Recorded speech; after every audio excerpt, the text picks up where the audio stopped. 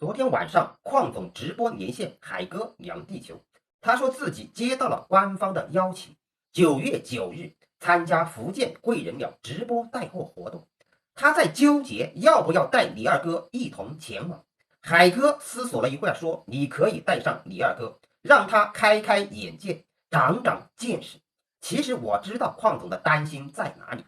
大家都知道李二哥没有什么文化，快人快语，经常闹出笑话，还有一个缺点，喜欢抢话，人家的话没有讲完，他就要插进来，这是对别人的不尊重。前几天，邝总直播卖菜板，他说了一点让人家不高兴的话，他说让广大网友、广大粉丝给他点点关注，连邝总都不高兴了，在别人的直播间怎么能说给自己点关注呢？我也知道李二哥不是有心的，李二哥讲话不经过大脑，他不会考虑到后果。大家也知道，9月9日贵人鸟直播带货活动是官方的活动，很正式，很严肃，不能闹出笑话，砸了邝总的招牌，让自己在平台没有了好的口碑。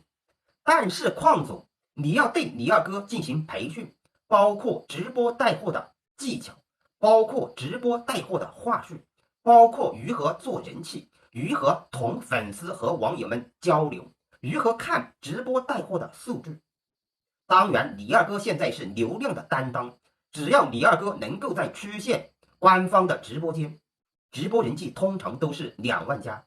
大家也知道，人气就是财气。我觉得邝总和二哥能够配合好，这一场直播带货一定很完美。大家也知道，贵人鸟是民族品牌，质量很好，价格实惠。我买了一双贵人鸟的鞋，穿了10年，都没有脱胶，都没有变形。所以说，我们购物首选民族品牌，为国家的 GDP 做出自己的贡献。谢谢大家观看我的视频，拜拜。